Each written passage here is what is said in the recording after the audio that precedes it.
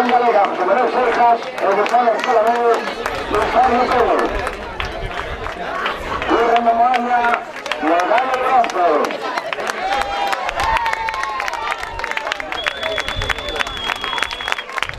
Ahora llamamos al segundo clasificado.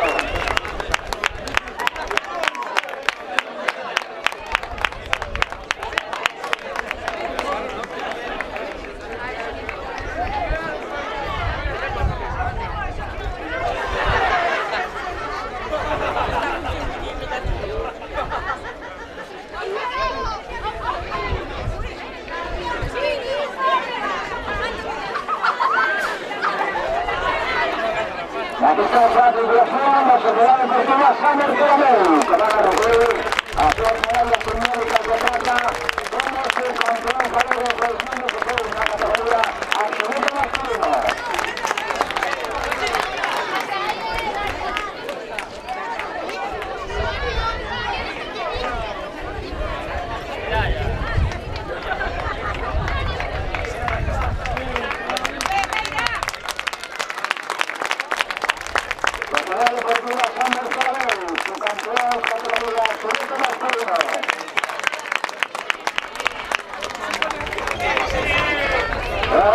Para que todo quede en la casa, ganamos los campeones.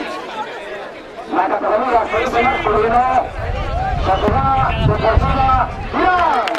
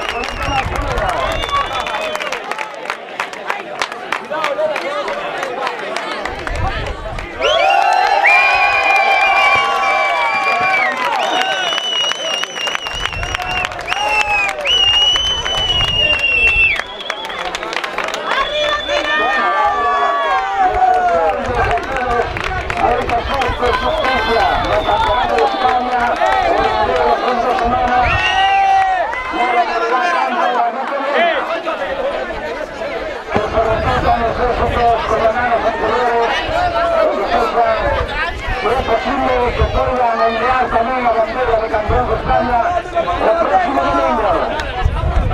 Ha rematado el acto, el campeonato. Muchas gracias a todos por la su presencia y hasta una segunda oportunidad. Muchas gracias.